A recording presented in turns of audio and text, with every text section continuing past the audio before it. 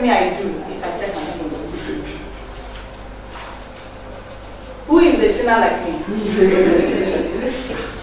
Let me know there are plenty here so that God can take his time to give us time to converse. Okay?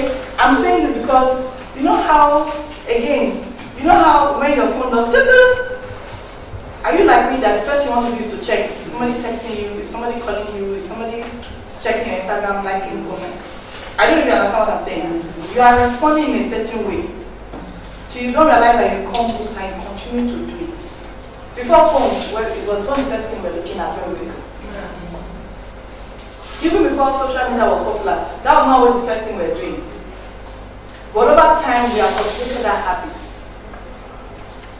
Now, I'm trying to say it's alert. I don't know what like. I don't want to call it alert. Don't just see credit. So I'm saying that because you need to check yourself and catch yourself. What do you do when you get money? Are you thinking money has come in? Let me go and buy.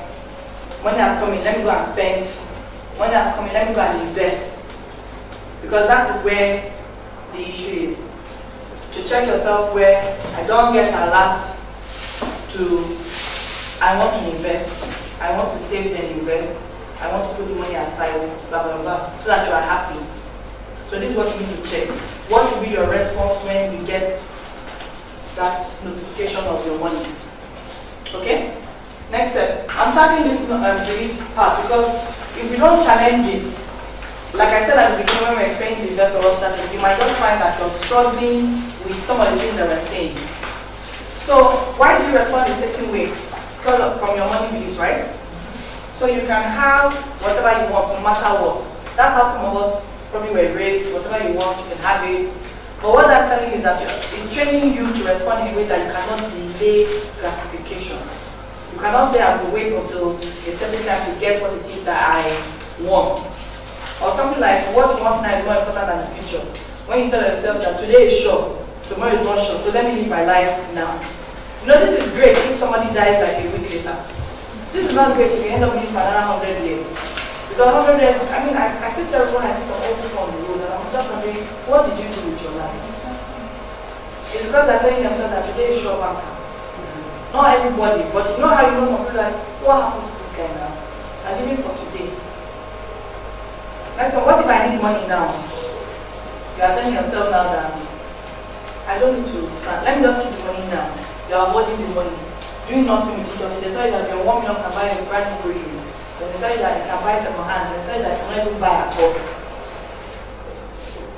So these are just some of the things. I mean, you can read through them, so I don't spend too much time on them. But these are just some of the things that you might be telling yourself, and you need to check yourself to see how it might be affecting you negatively and stopping you from responding the way you would like to respond to money. So let's move to what you can do, because I think that's so cool. So what you can do is, when you get the alert, see how you can tell yourself that you must put a portion of that to invest in. It's very important, because remember, this is a behavior. The same way that you wake up and you see that the first thing your body is, even without opening your eye, you feel like this. You open it, any notification? That's how me I am. I don't know why you just no notification. Rubbish. Nobody has sent me a message. So when you first get that alert, you want to first put a portion of that to invest in. Then you want to separate accounts for different things. This is also based on certain behaviors I observed. Has anyone tried to go shopping before and they felt quickly check their balance? Yeah. But you see, the problem is if you don't separate your account, if that money, their balance, the account that has school fees and money, you are raising my brain. The money for school fees and the money for, let's say money for you to enjoy yourself. You're not going to spend the money for you to enjoy yourself plus a little bit of the school fees money. Then you now start begging the headmaster. So there are some accounts, there are some situations where accounts where put money for different things. I will come to that but put money for different things in this account. So GTB for me does one thing. So when I look at the balance of that, it's based on what it's doing for that project. For me now, it's the house food allowance. So when we have 10K, we have 10 days to get the month. So it's 1K per day. However you want to do it, when you finish it. And I did that because I save money too. You see all this, I put money away just in case I need money. So separating accounts for different things because of our natural, and you know what I'm trying to do, and that's why I'm the money behavior strategies. I'm trying to see how we can help you work in line with your behavior, and in some cases, make some shifts in some of those behaviors so that you don't feel like it's hard for you to implement those things. So since you're already looking at your bank balance, please, the account for investing, let it be separate. In fact, from moving it separately, move it to somebody else so you cannot touch it.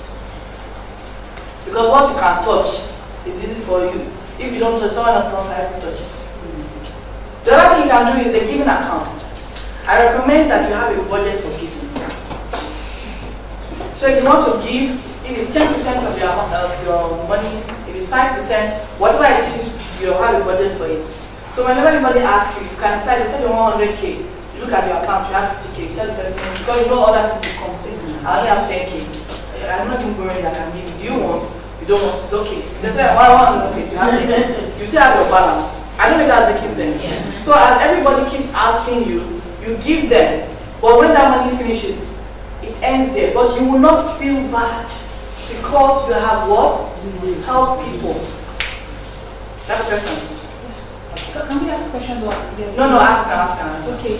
Talking about bank accounts, having different bank accounts, what do you recommend? Having different accounts with different banks or different accounts with a particular bank? So all things being equal, it's not typically even safe for you to put all your accounts in one bank.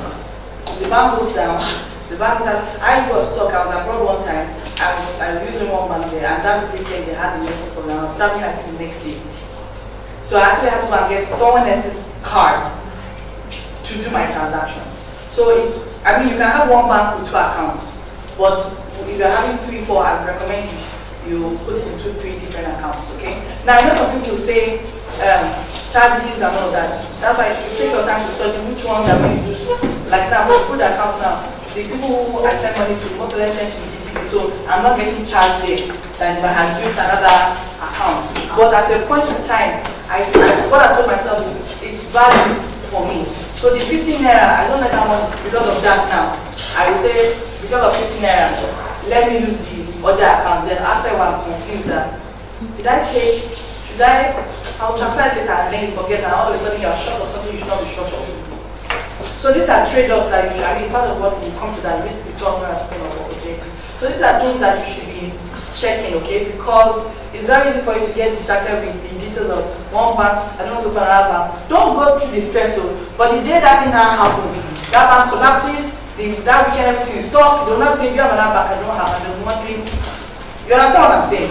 It happens. Even sometimes the accounts of that bank can be bad. I don't recommend it.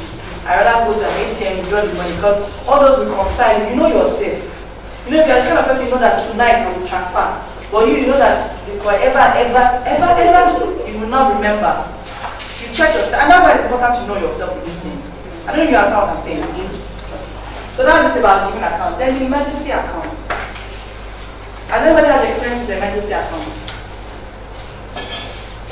No experience. You know what an emergency account is? You know what it is?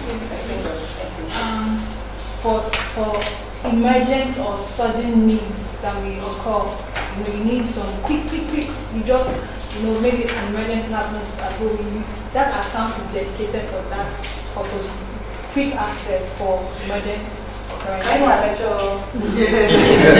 Really, it's the truth. I mean, you won't understand or appreciate the value of what an emergency fund is until something happens to you. Now, an emergency is something that is important. It's not just urgent, it is important and urgent.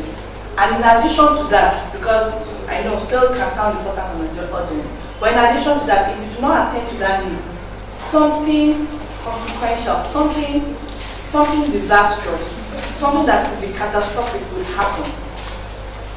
So that tells you the kind, when we say emergency fund, what you need. Okay? So emergency fund is really that if it's raining now and your roof breaks, or rain, whatever blows off your roof, the water is flooding your house, there's the risk of electrocution, there's the risk of losing the value of your property. That is an emergency. Again, if there's an accident, God forbid, I remember one training session at a company and the lady was saying that this thing you're saying, do you know that we have to rush my dad to the hospital? And they said if we not first of all put down 250K cash, they won't attend to him. And that's all the money she had in one account. So that's what she was able to do that because they were going to start running out that center to grow up and down. And you can imagine why we didn't attend to him, we don't know what could have happened. So those are emergencies, and it's always important to have that in a savings account. Savings account in a separate account.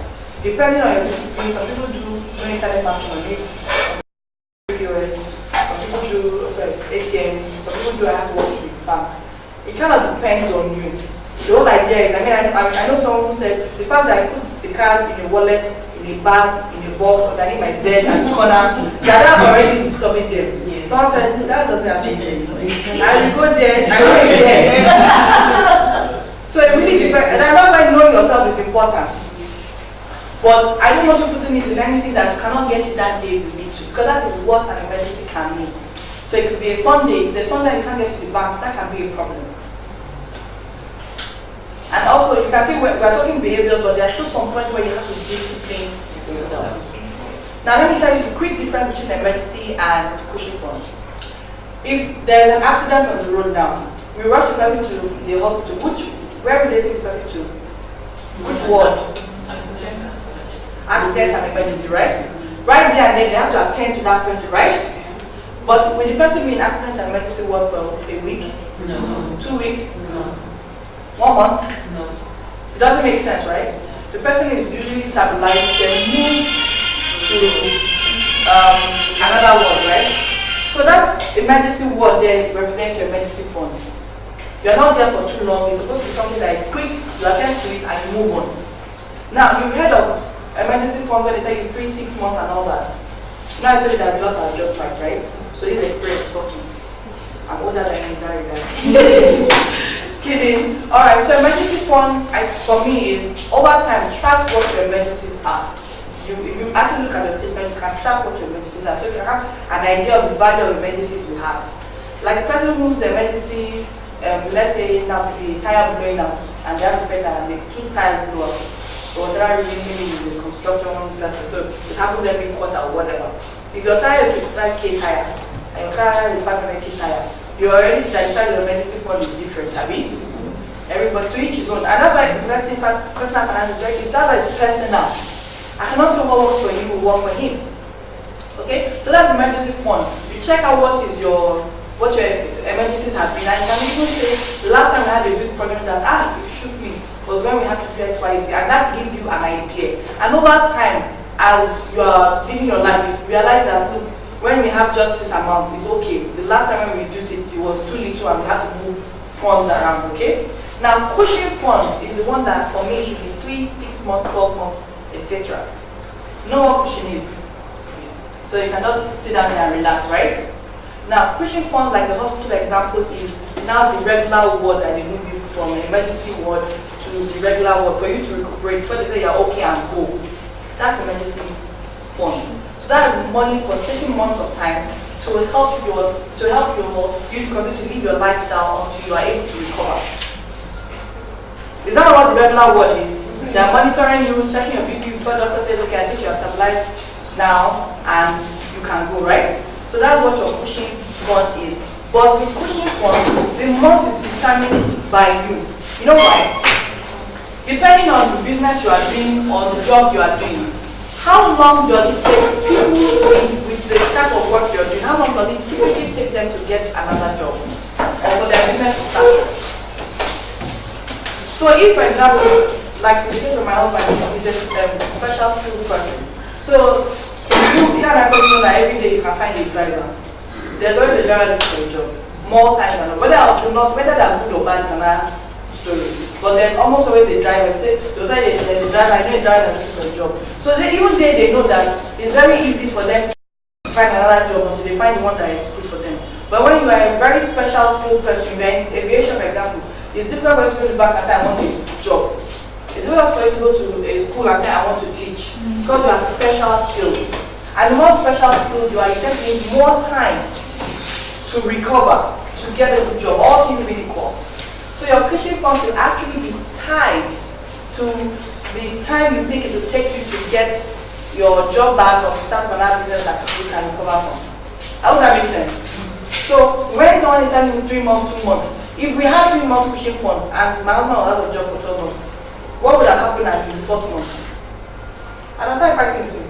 Why can't you get a job? Your mates are working. So you want to be careful when you are saying they said 3 months, they said 6 months. It is personal to you, and that's why some of these days it's important for you to work with someone for your personal circumstances. So don't get distracted with they said it should be 3 months. Be careful what they said. So just checking. I don't see cushion funds on this list. Yes, emergency funds and extension cushion funds. Such. Yeah. So cushion funds, where to put them? Would I be right to say that cushion funds are for a specific purpose, like it's targeted or No. So cushion funds, so let me explain. So like we talked now, we know how much it costs us to run our life every month. For 3 months, 6 months, 12 months. So we extrapolate what that figure is, and we started building that fund.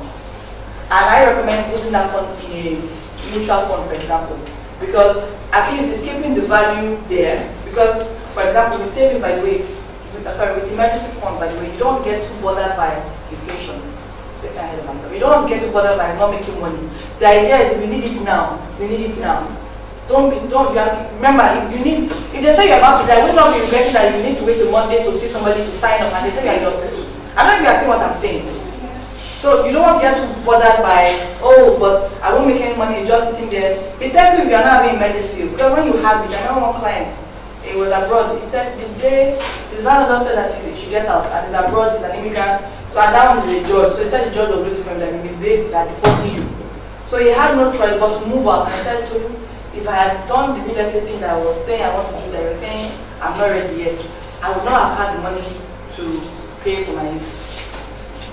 Because they pay monthly there. But I think when you first come, you pay a deposit 6 months.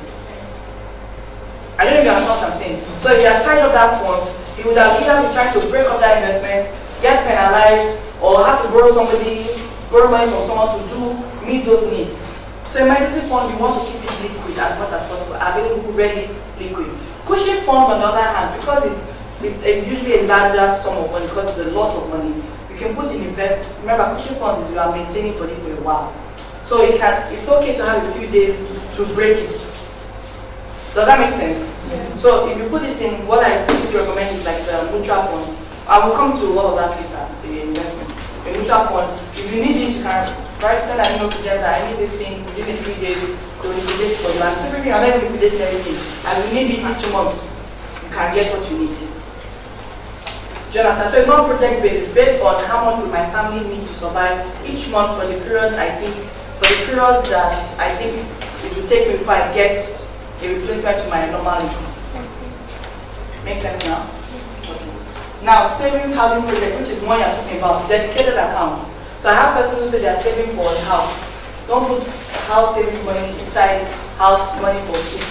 Don't put it with school fees. Don't put it with your business money, because that's when your mind will just tell you that the money is available and you touch it. Make sense? PIP account. Oh, I love the PIP account. Who knows about the PIP account? Yeah, you know. The PIP account, when you first put your money, you're employed. Who is the first person that take a share of your money? Government. The next person that takes a share, God, depending on your, when people tell me that I'm a tithe believing person, I pay my tithe, so I pay my tithe. It's the first thing I do. I said that's good. Now after you pay your tithe, pay yourself. Do you understand? So government, God, you. Because who is working for the money? You. So who should act? Does the government give you a bank statement every month to tell you how to explain how to do? No, if they tell me, I need to move to your local government. Did they tell you? Does the church tell you? They may tell you that we are doing a orphanage, but did they give you a statement of account? So there is money that should also go to you that you don't have to explain to your husband, boyfriend, father, mother, just so that you can feel good. Because again, that's part of what we've seen happen with Hoyas, for example, where at the point you now get another, now blow the money because I've been saving. I'm tired of saving, Joe. I need to enjoy it too. Does that make sense?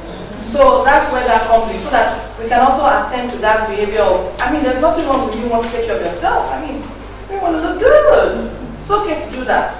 But because you have set a limit for it, it's in an account. I just say, I like this, check my account. Let me save this one, add next month's money to it, then I can come back and buy. Does that make sense? Then periodic reviews. You see, it's so important. It can be difficult. And look, I think there's hardly anything that is difficult. Once you put your mind to it, you can do it. Let's talk about that. All this is difficult, it's difficult to make money, it's difficult to invest. But you are here now. Are you not here? Someone says it's difficult to come here now. Are you not here? We're here. So it's not difficult, but it's important that you make periodic reviews of your statement of account. So let me share the example here now. So just this week, I got quite upset with,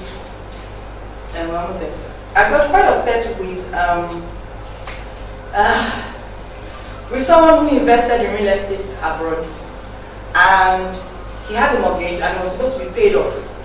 For the last 2 years, they had not contacted them to check up on what was happening with their account. Well, like I knew that it was supposed to expire in May, right?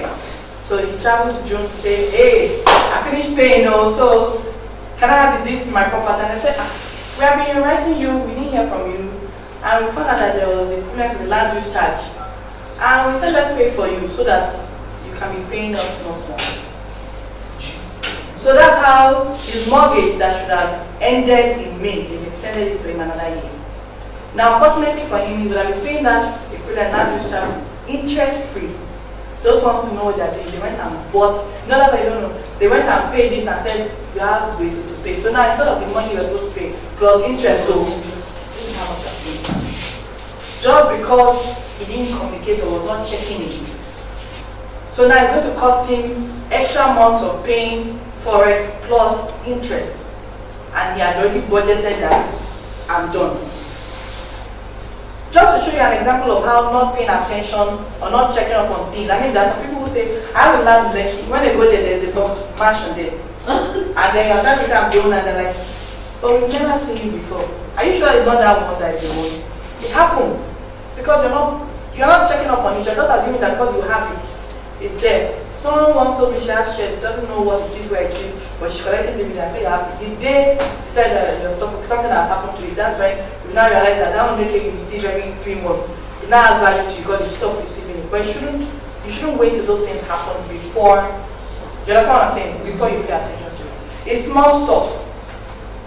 Your children report card every 3 months. Check your own report card every 3 months. It's fine if you do. One was mindset. I think we kind of dealt with it, right? We talked about the different mindsets, how your mindset affects your lifestyle, and your lifestyle can actually be helping or hindering you to build wealth, right? So now we're going to cash flow. So cash flow is where the money is at least the one that you're having now, right? We're going to start with net worth. Anyone understand what net worth means? What you have left after your visit? That is a very nice way to put it. What's left after you paid off your basics? Because the truth is, net worth is saying what do you own, what do you have, what is your own. Then who you are owing, you now pay them from what you have. Kilomaku, what's left? So what do you have left after you paid off your obligations, your debt? So that's what net worth is. So Jeff Bezos now has more left than people. Yes. And in fact, I was going to that to say that you notice that the richest men in the world are typically defined from their net worth. If you're on my email newsletter, you probably read where I also talked about folks actually estimate what they are worth. There's a methodology to it, how, because I think I read somewhere they said Donald Trump was telling them that this is what I was asking to do. But apart from him and a few others, I don't know that most people say, guys, I'm wealthy, you didn't put my name on the list. Because even Warren Buffett, he was under the radar for years, he didn't know he was worth that much. And that also says something to us. I always tell people that the wealthiest people are usually buying money. In fact, let me just last week, I did not know the profile of the guy that was walking on the road with money estates. When they told me the profile, I said, some laborers are walking past him, they don't know who he is. And it's true. In fact, I think that because they don't want the attention of you know me and all that, they want to just walk past you, don't know what they are worth.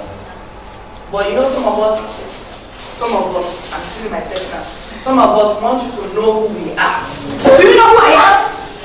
You know, when I'm walking, when I'm driving, you know who I am, but you don't make noise, okay? Going back to net worth, it is basically what's left after you paid off everything that you owe, and it's a good number to know, for 2 reasons. First of all, cash flow is still very important. I put net worth under cash flow because net worth doesn't actually tell you what you are living on or what's coming from your net worth. You can actually have net worth in terms of what's left, and you're not actually having cash flow from your net worth. It's something a lot of people get distracted with, but it's very important to note.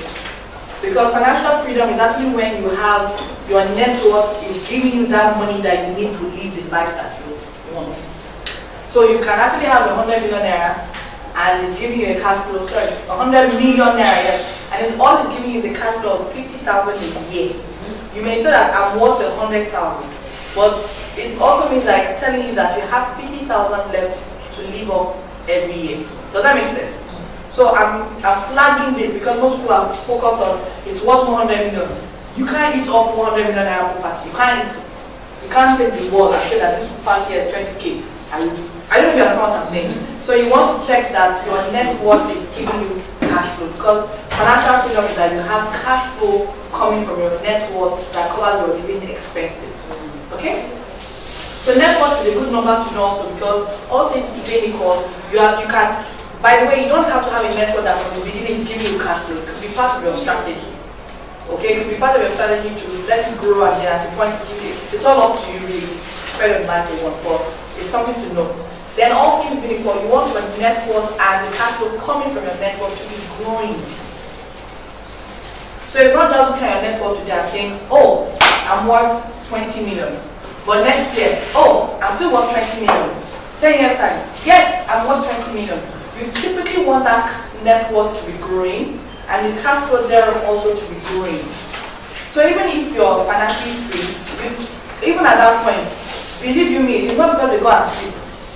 They're also monitoring that that asset is growing, the cash flow is growing. So because all things being equal, if the expenses continue to, not expect inflation, because I mean, you get to a stage where you already have 10 houses, and that guy is not what is probably worrying at that time, except there are also mindset issues that you are trying to show somebody somewhere that you are more, because it does happen.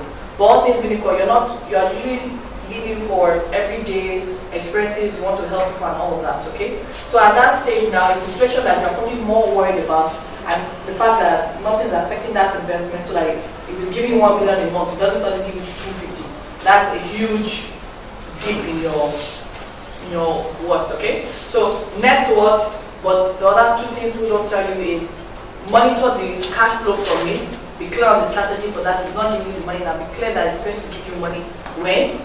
1, 2, be checking that that net worth is growing and not the same. Because if it's not growing, that's not good for you. It also means it's not catching up with inflation. The second thing is budgeting. We kind of talked about that already. And how budgeting is really managing the flow of money into your life, the flow of money out of your life. You tell people where to go, and then when you are going back home, you tell people where to go the second time. Okay? From wherever it is to meet you, and from you to where it's taking you to. That's what budgeting is. Debt management again is you are trying to pull the rope to climb up and there are forces pulling you down. The debt is the weight that is pulling you down, making you heavier. So it makes it harder for you to catch up. I hope this illustration, I'm trying to make it as simple as possible. You are not technical. So let's go straight into network. In your network statement. So I put an example here. I think you have a blank sheet. And you can always use that to replicate what you want. I think that was more detailed. So I just done an example here of someone's network statement, okay? Again, you can do this, I recommend you do every year for the network. Every year is good. Some people do twice a year, which is fine, there's nothing wrong with it. But please don't put yourself under pressure that between July and December, it has not grown by 30%. Calm down, okay? Calm down. Alright, so this person is on now, just to show that you know how to do your own. What he has sitting in the bank is, or what he has in his wallet, whatever he uses 30,000 naira. I don't know what kind of why he has that much cash, but he has 30,000 naira in his wallet, shed around wherever. Then at Lion Bank, he has 700k. In the other account, there's zero amount of money. He has a mutual fund account with 10,000 naira in it. No foreign currencies. By the way, I like that you have foreign currencies. We'll come to that, but just in case I miss it. You know how we say, during recession, most people were saying that, oh, Nigeria's foreign reserve is coming down, blah, blah, blah. I think you heard that, right? So when people are annoyed in Nigeria, I always ask them, sure you know you are Nigerian. Your actions typify who you are. So I ask them, what is your own foreign reserve? So my question to you, don't tell me, is what is your own foreign reserve? And I'm saying that to protect you. The question is, what is your foreign reserve? So every time you are visiting Nigeria, in fact, I want you to stop yourself and ask yourself that question. That do you have savings? Okay? So we're not saying you don't love the Nigerian currency or all of that. We're saying as investors protect themselves. Okay, it's very, very important. So protect yourself where you can have foreign reserve. And it doesn't have to be difficult. It could be every month you convert $100. It could be $50. It doesn't have to be a lot. But when you're putting that away in your domiciliary account, you surprise how much you have at the end of the year. And one of the things I did with this, for example, was I remember during that recession with travel, when the currency was going up, I preferred that that we would use a portion of the reserve we had. So I just moved that to where we were going to. And while most persons, because it was actually a wedding party, so while most persons were looking for forex change, we had forex on reserve and we used a portion of that. So I was not on that pressure. One of my clients did same again this year. She's on holiday now, and what she did was in last year she had been putting money away that they would spend. So when she was going, she only carried cab fare from the she only carried cab fare cash. The rest she had already been moving into her savings account abroad. And I told her to open an account. Savings account abroad, so she's not under that pressure. Now the whole idea is not also to just spend that money there, but in itself it can be a form of investment. It can be a form of investment because the person who converted $1,000 in 3 years ago and the person now, he has no value for his money if he wants to convert it back to now. You know that, right? Yeah. So I'm saying that while we're here, it's good to have, and there's a value to that as well, because I have to offer my own information. So for this person, value of stock holding, this changes, but don't get too excited that the value has changed tomorrow because the market just changed. But as at the day that you're doing your net worth statement, what is the value of your shareholding? Okay, this person has vehicles, and it's easy to go on OLS, car 45, whatnot, and find out exactly the model of your car, how old it is, the time. You get an estimated figure. All right. I will encourage you to discount it. So don't be looking for the highest price.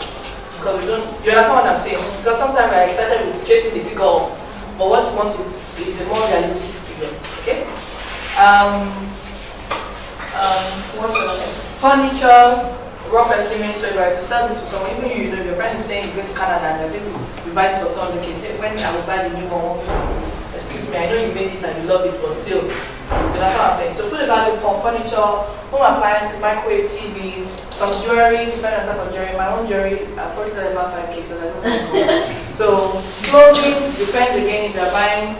You understand what I'm saying? A lot of times, please nobody cares that you bought it 50,000 naira.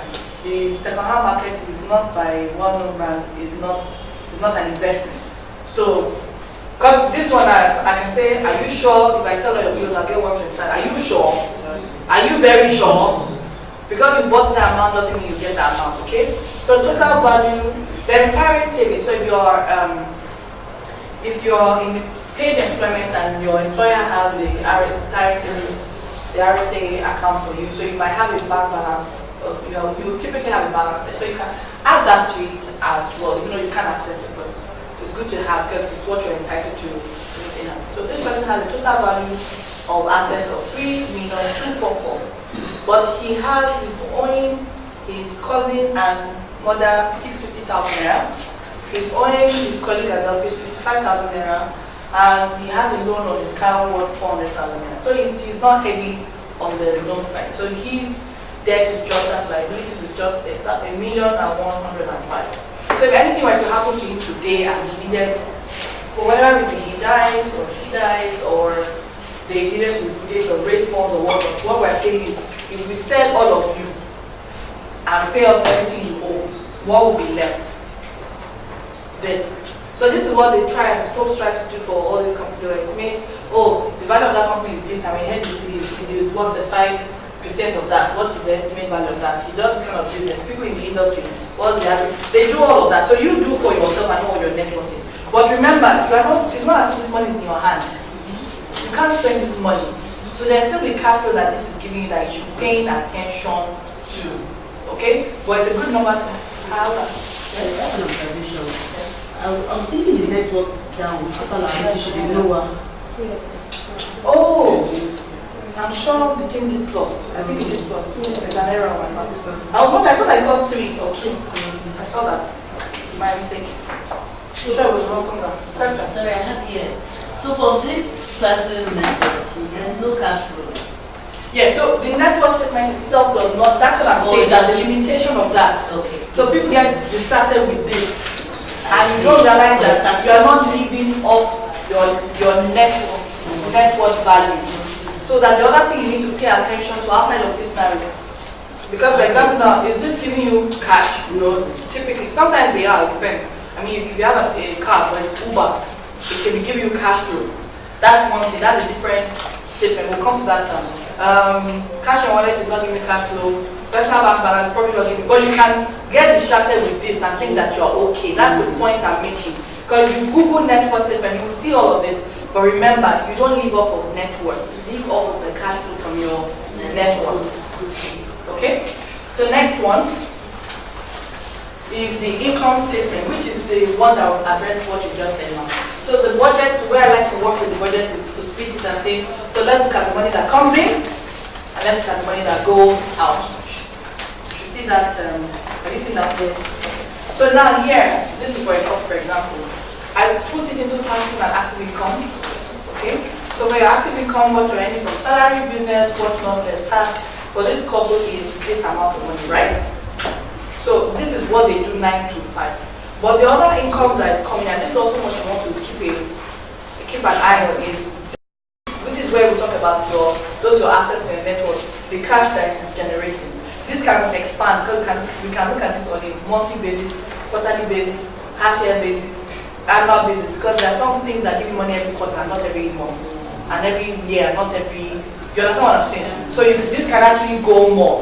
But what I want you to keep in mind is that you want to pay attention to money coming in from your full-time job, money coming in from the part-time job, businesses and whatnot, because it's when the money from this side also is equal to your living expenses.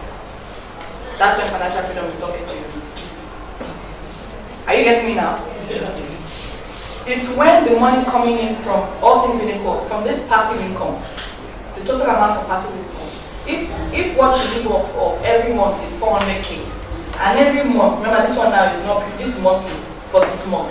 That's why I was telling you that it can go monthly, quarterly, half-yearly, annually. But let's assume that this actually comes in every month. So now, if what I live off of is 400k every month, but the money that comes in from my passive income is 550, then all things being equal, I have achieved financial freedom. So it means that whether or not this comes in, because this clearly if I'm any fund, if I live off of 400k per month, this is saying I'm already making a lot. So I can decide that I can actually stop working because I don't have more than what I need every month. And I can take a decision that, you know what, I'm still making a whole lot of money. So let me even do it to a state that I don't need to be still managing this investment. I can do it so much so that it's paying 10 times, but it's up to you. But first and foremost, if I stop working, this passive income is covering what I need to spend in January. It's covering what I need to spend in February. It's covering. I hope this makes sense now. So, active income, passive income, the goal is from net worth. The goal is your net worth is giving you enough income from the passive side. Active is great, but it's better when, whether or not you are doing this job, you are getting something that covers your living expenses. Make sense? Now to your living expenses, the next slide. Right? Now, your living expenses, this is it. Remember I just said your passive should cover your expenses. So now what is your expense? It's unfortunate, but not everybody, I mean, it's not that much of a big deal, but it still is a big deal to know how much it costs for you to exist. That's really what it is. How much does it cost for you to be the guy that you are or the babe that you are every month in 2018, 2017, and 2019? Okay? So this now is how you monitor what the cost of you living is. Okay? Again, this can be quarterly, typically monthly. This can be quarterly, half yearly, yearly. It's not everybody that has time or skill with Excel, but what I personally do, I have it for each month for my Excel, so January, February, March. So I just pitch it, but you can't do that and write fast. And you don't actually have to write down far and long. But it's important for you to know somewhere that there are some expenses that will come this January. There's some expenses that will come in July. There's some expenses like insurance or like rent. They come in at certain times. So that it's not when that month comes, they say, I have to pay my insurance this month, I forgot. I have to pay my rent this month. I also focused on my bills. And that is the bigger behavioral problem of most persons in the world. We are so distracted with what we have to pay now. We are so distracted with our bills today, and we forget that there's other things to plan for. That's one of the main points we talked about in the mindset was planning strategically. Because you cannot plan anyhow too. Planning strategically, okay? So, apart from the fact that we get distracted with today and focusing on just paying the bills for this month so that we can just get by to the next month and collect the next day. The other thing we forget, when I asked you why financial freedom, why are we working? I asked that for the year to come out. So why are we working? To be good to people, to help the poor, all of that, right? We're typically working so that we can achieve what we want to achieve in our life. Which all times means to help somebody, to be of value, impact, all of that. I will talk about how somebody can actually help more people and reach more people, right? Slowly and surely, Bill Gates Foundation is actually eradicating polio in the world. They say I'm not doing everything. This polio alone. If I remove this one, at least we'll have people who don't have to grow up with the common bodies. Right? Now, that as may be at your own level, maybe you cannot do polio that last year, right? But the one you really want to achieve for yourself. Why is it that first of all paying NEPA, water, DSP bill, and then what is left now to manage? But you are not living for the bills, or you say you are living for the life that you say you want. But the first thing on your expense sheet is NEPA. That's our typical behavior. I receive money, let me spend it to pay the bills for XYZ. It means that what you are really working for, it's what you prioritize. What you are really working for is what? It's those bills. It's those bills. And it's a behavioral problem too. So that's why we say, for me, I always say the first thing I want to see is your life goals. What are the things you are aspiring to? What is it that you say you want to do? If it is to get a master's, then please, by all means, let's put that at the top. Let's spend money on that. Then all the rest, we can now say we manage for them. It's not that we spend a lot of this, then we now manage for this. So flip it on its head, your typical behavior. We're not saying you're still doing that too, but we're just saying do this first. Give it the attention it needs. Spend the money. Let's know that this day that you worked, or this money that you now received, let's go to the things that you say is important to you. So I put here now for this person, the first goal is investment, and he's decided I will put 100,000 into that thing. The second goal is a car, master's business. So he's decided to share it equally. It's all up to you. We'll come to that in the last stage of what we're doing here today. But the other thing I like to do, you don't have to do it, there are different budget templates out there. But what I like to do is to say, now for this group, category, what is the total value of the category? Here is 400,000, right? Now, it can seem like a lot. But for someone that is earning 2,816,000 every month, 400,000, and that's why it's relative. It's not a lot because to the total amount of money, that's just 14%. So is 14% really too much for someone? It's not up to you. Someone says too little. 14% is not really that bad for someone to say they're allocated to what is important to their lives. Are you seeing what I'm saying? Because you can tell yourself now that 400K, what's it for you? But in reality, it is 14% of what that person is earning. Already you can begin to feel good that at least it's more than 10%, and it's what I said that I'm working for this thing, I'm not working for the bills I'm paying. Because when your bills are 25-16%, you can begin to feel that that's what you're working for. You all like about these bills. In fact, some people just see these percentages and they're saying, what? 25% to bills and only 10% to my goals? Something is wrong. I need to change those ratios. Because you can get distracted with 400,000 is a lot. And because these things are in piecemeals, 20K, 30K, you will not know that it has amounted to half of your income. So just going about the same thing in a different way can give you better results, or just waking up to what to prioritize. So the first thing I always want you to do with your expense statements, which is a part of the budget, is those things that are important to you, put it first, and be comfortable and happy with this. There is nothing that beats having a bill to pay, and it's a bill like this, and you say, you know what, I'm not going to remove money from my investment for DSTV. This is too important to me than DSTV. I actually have someone who did that. By the time we did everything, there was no money for DSTV, and we said we go up to DSTV, and we have internet budget, so we use internet, anything we cancel it, we end it. And to someone else, you come to your house. Yes, that was so good, that word, I was so proud of her. So someone else, how can I come to your house and there's no DSTV? But she's happy that I am achieving what it is I want my life to achieve. So at the end of the day, she's happy to cut that out. But if I came at you and said, you must stop DSTV, I'll be like, this personal finance person is saying I should stop DSTV. I don't understand why. So you yourself, I didn't tell her to cut that.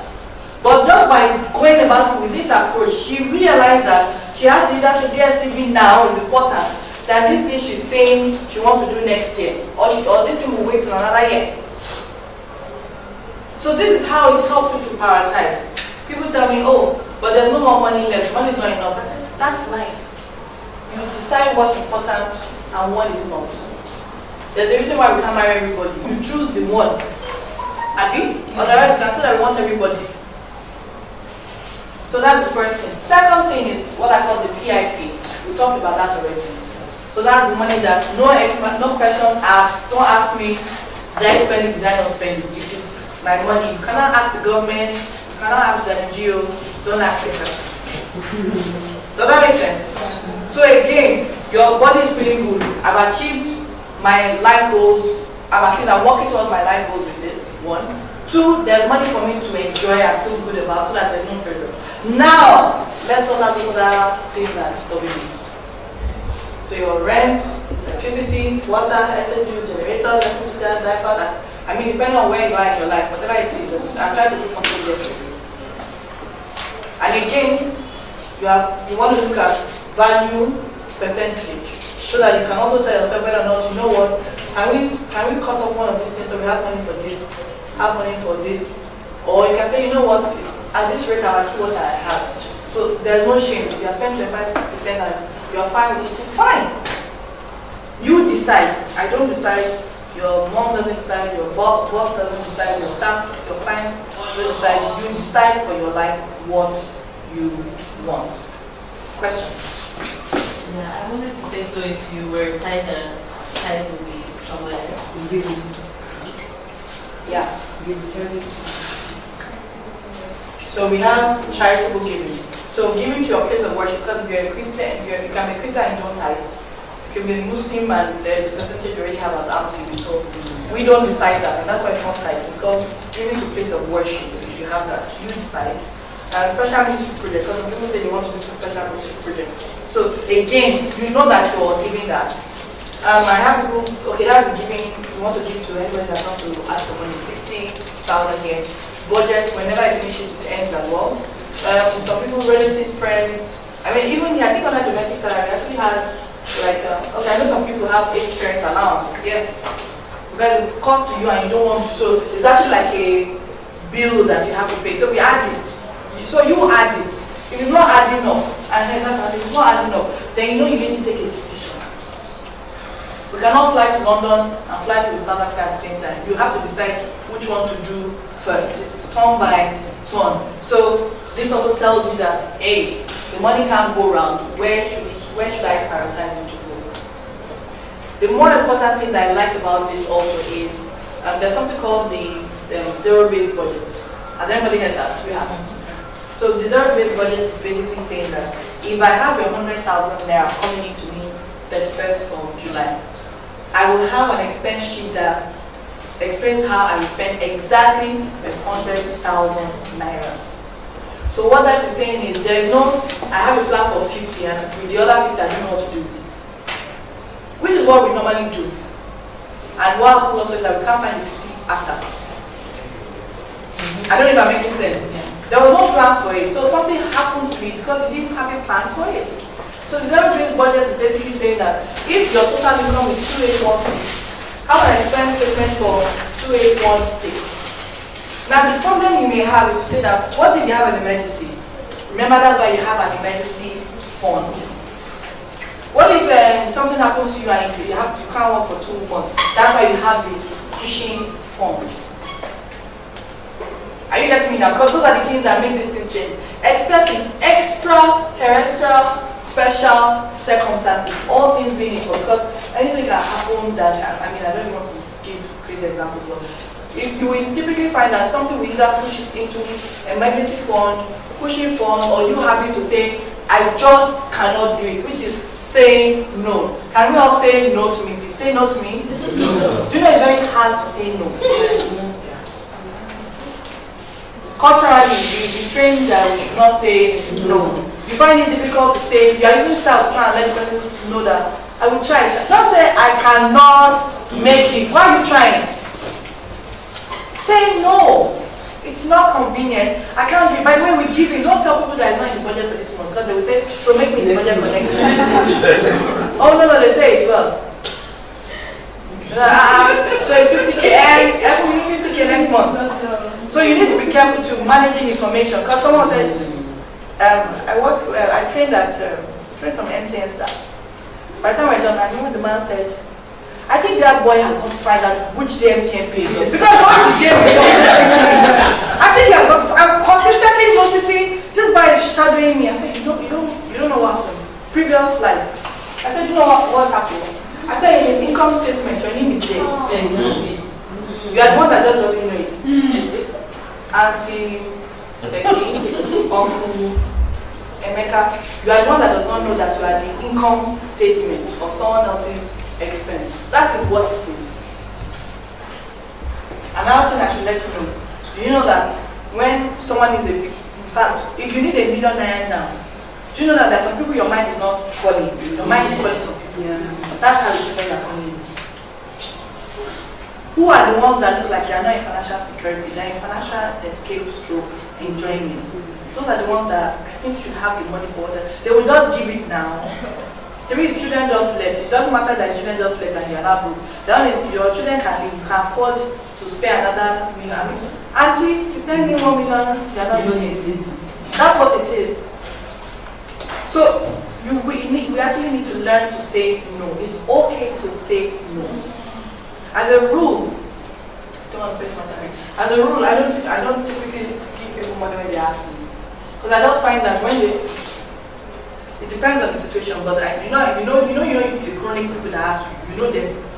So I just realized that I have been mother or who depends on this person. So now I make it a point of duty to say no. Their first shock, like I said no. Second one, I said no. After a while, they start asking me, then my siblings will tell me that they asked them and they gave them. I say, hey, they moved it somewhere else. And if I must give you, not they give me. And wait weeks. Randomly, I'll just credit and tell you. They are very appreciative because they didn't see it coming. It's not like a gift. And there's no pressure. You don't give me, there's no day to tell me which day. I should tell you which day I'll give you money that I work for, I work for, that you kept me or you kept me. I don't understand. Because these are small behaviors that we don't even realize and it's affecting us. Was it here? Was a panel? Yeah, it was a panel I was listening to somewhere, and I remember the man said, I calculated 21 million naira I have borrowed in 500 cases and 1 million, and only one person gave me $1 million back. Only that was I think it was January, February. So only one person gave me $1 million back. Everybody else, I said, and there were people that I thought just quickly said to even ask now. It's almost like I see. And that's the truth. Like, why are you asking? I said, you know that people most time when they say borrow me, they don't let me give me. Yeah. But they know the word give me won't get them what they want, so they say borrow me. But what they mean is you don't need it, give me. I need it more. Give oh. I'm giving allowance so. But be careful when you're giving allowance is now everything and then you're on that screen. That is not wisdom, okay? Let's move quickly to yeah. So debt management, okay? Now debt, as you can see in your booklet, I mean, there's lots of arguments for and against it. I think the bigger problem is if you can do without debt, do without it. If you must do with debt, you need to manage it responsibly. I think that would be my own point of view.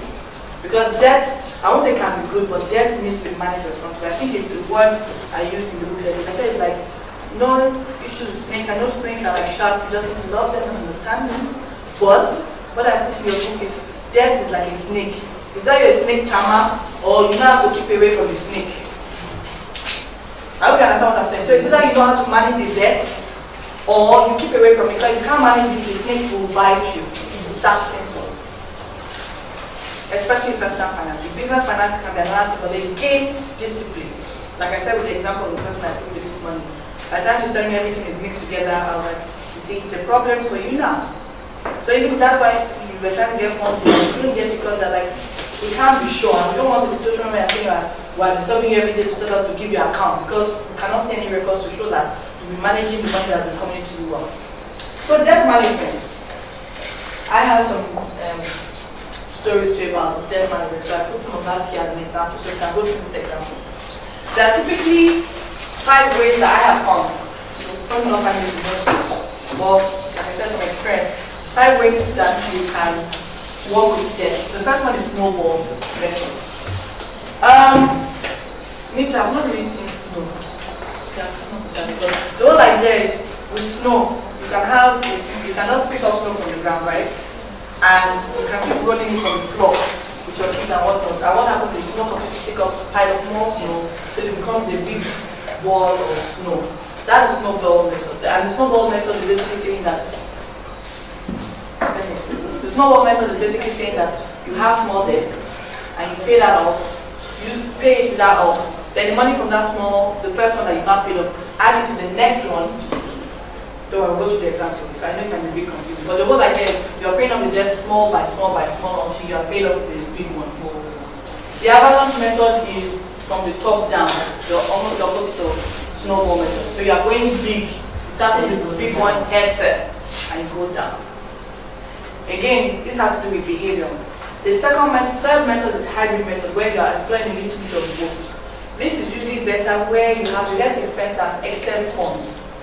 Because if you don't have too much money, to be trying to do both ends can be overwhelming. So again, behavior and your situation in life. Next one is to renegotiate terms. I'm sure you probably heard where they said we went back to the bank to discuss terms. Because half the time, I'll come to that, half the time with your creditors, with banks or whoever, they just want their money. So if you're telling them that won't get it now, they say, okay, so when will I get it?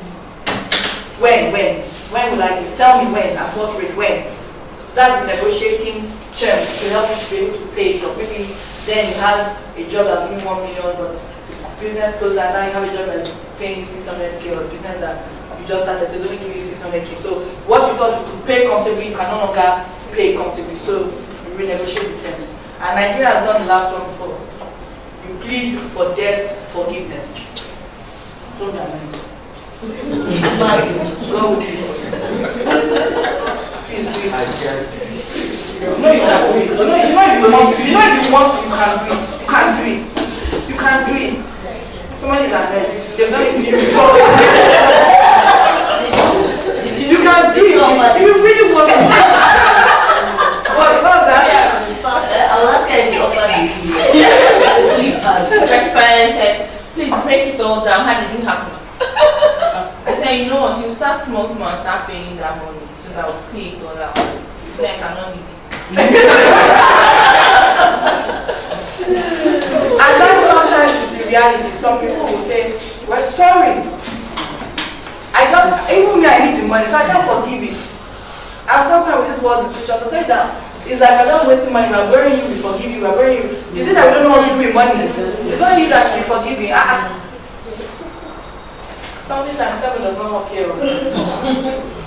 So, if you're going to approach debt management, these are your typical methods. You start with paying off the small one first.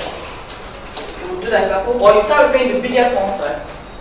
Or you do a little bit of both if your life situation allows it. You renegotiate the terms so that usually you renegotiate the terms and you still apply one of these other methods. But the whole point is that you make changes. Some people can say, make it more, I can afford this, make it big, reduce the rate, reduce the term. is a little technical, but I don't want to go into that. So this person's example, for example, I think we have a clean one. This person borrowed 1.5 thousand naira from Mr. ABC.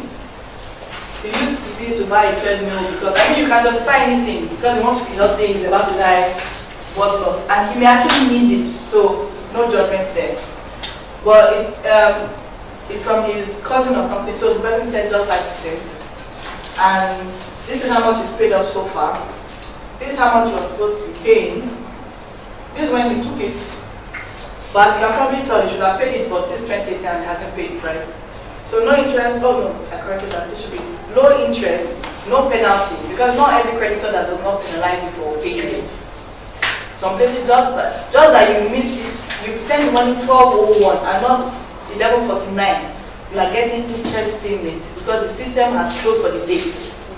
Okay? So that's this person's situation here. The second one is the housing cooperative. So they have a cooperative at the market where she sells, and the cooperative is only 10% because you know that in the open market it is 30% or whatnot. This is how much she's paid us so far. This is how much she's paying every month.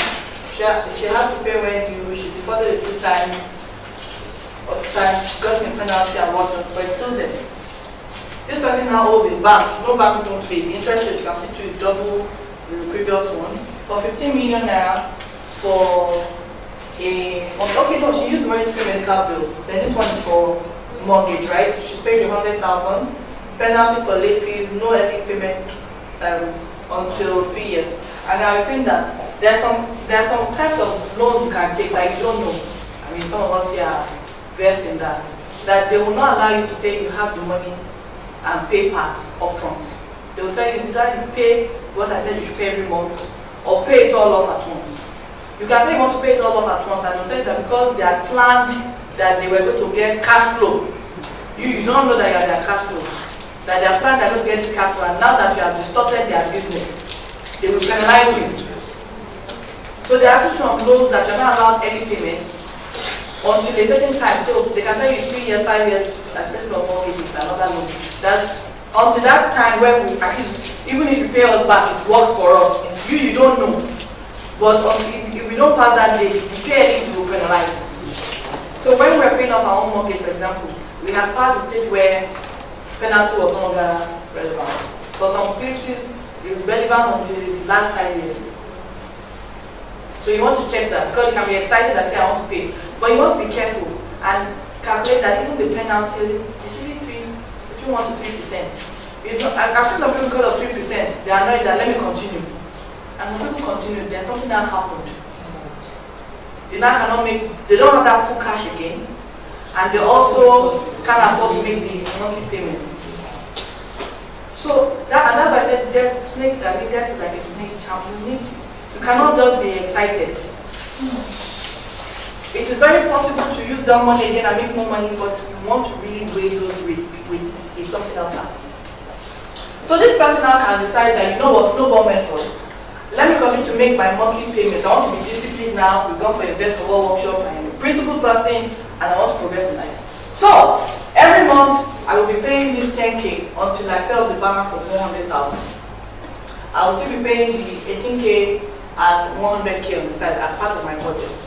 Now, once I finish paying this 10K, if this one allows me to pay more than that, because the housing co-op is more likely that they will allow me to say, you can pay a little more, also we're happy that you have the money, we will collect it.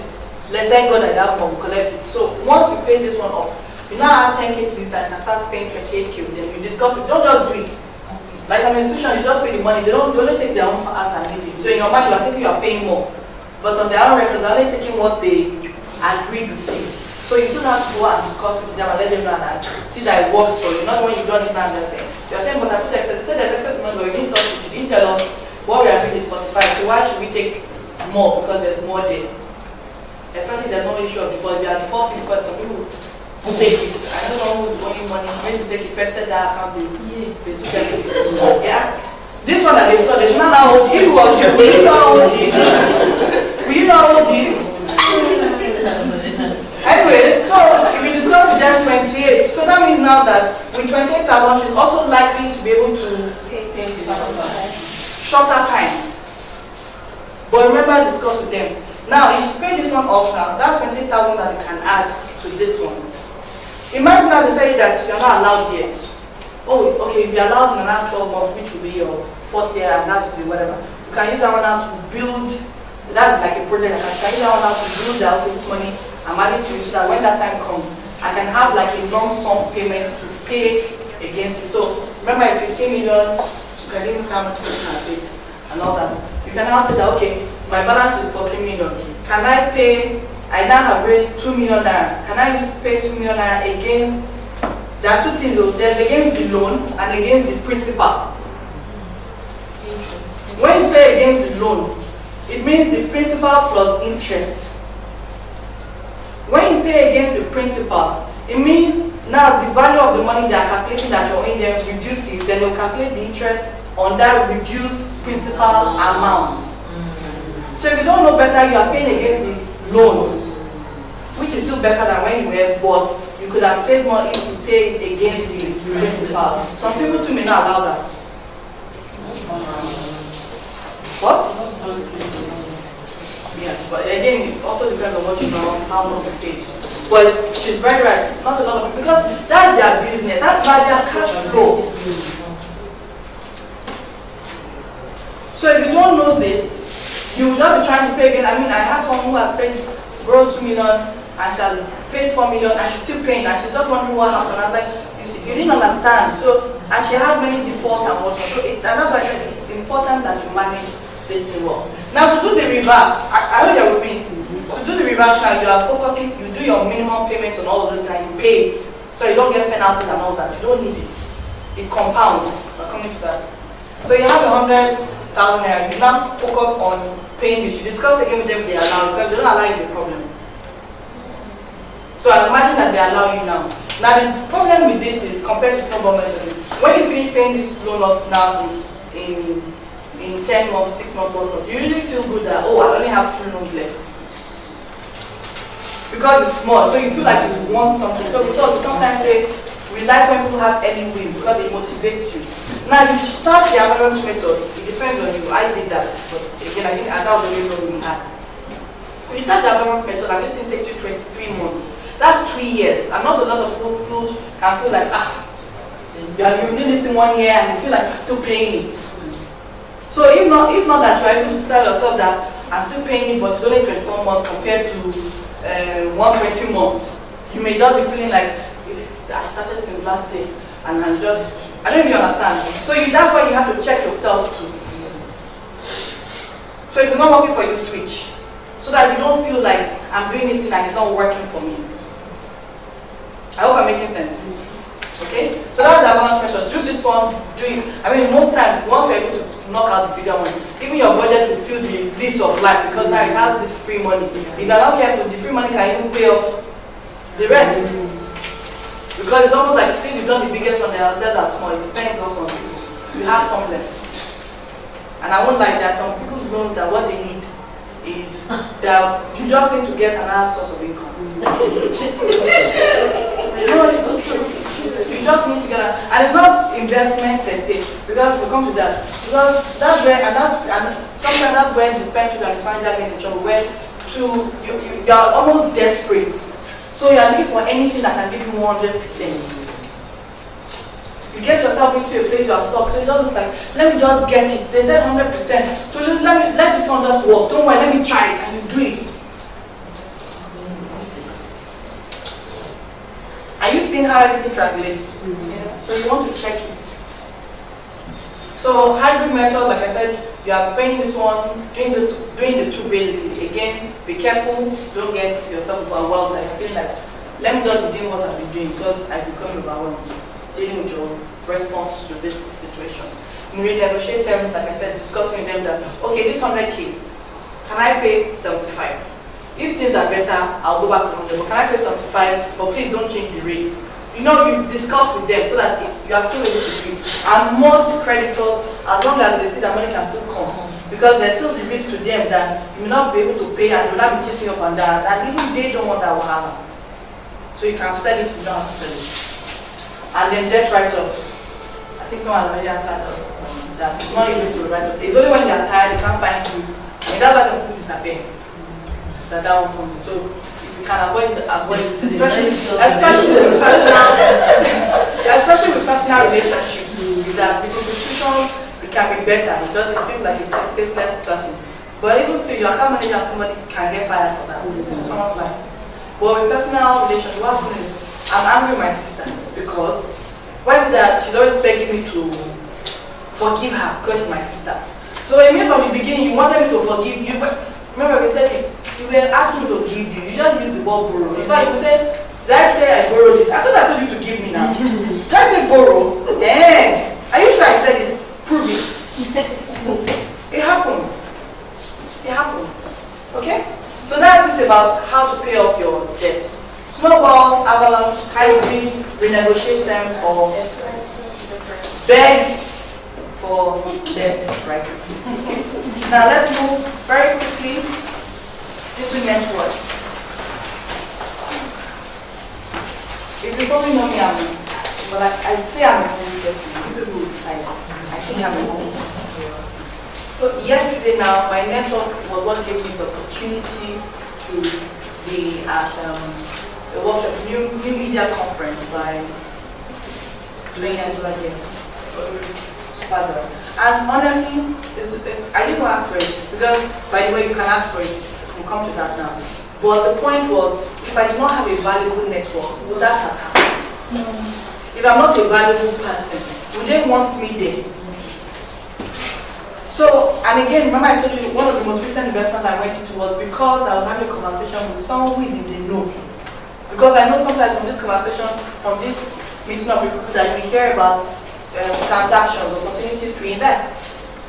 So the question to me now is, or the question from me to you now is, do you have a valuable network? And are you a valuable person to your network? So in your booklet, I have a sheet there for you, where you have a network assessment. Now the way to go about this is not to be saying your mother, your sister, your neighbor, everybody like that. The whole point is the people who you spend the most time with. Okay? For whatever reason, it's not necessarily because they're your colleagues, but it's more like who are the people you interact with because you want to, and then because you have to. So because you want to, it's because you actually seek them out. I mean, it's a friend that lives far away, you go there every other to see each other. Obviously that's by choice. Then there's the network because by force. Your colleagues in the office, or your clients, or the people who work in your building or your business and whatnot. But just checking how valuable they are. You'll be surprised to even people that you think are beneath you or work with you or underneath you, but it doesn't matter your level. People can actually tell you that, oh, my uncle is doing one, whatever. You not say uncle. Oh, my uncle is the one that is the secretary for that meeting. That, you understand what I'm saying? It's a different ballgame. Even secretaries and security men, by the way, can be the ones to let you enter a building that your complimentary card cannot get you into. Because it's important for us to be nice and conscious. You really don't know who can open the door for you. Okay? So do that. You do that exercise in your spare time. Audit your relationships. So the people you spend the most time with by choice, how are they adding value to you? Even sometimes you yourself check if you're adding value to them. Because if you don't find that every time you're there to complain, is to whine, and you don't realize that every time you want to visit them, they're judging you. Are you on the way? I'm not home, Mom. I said I'm not home.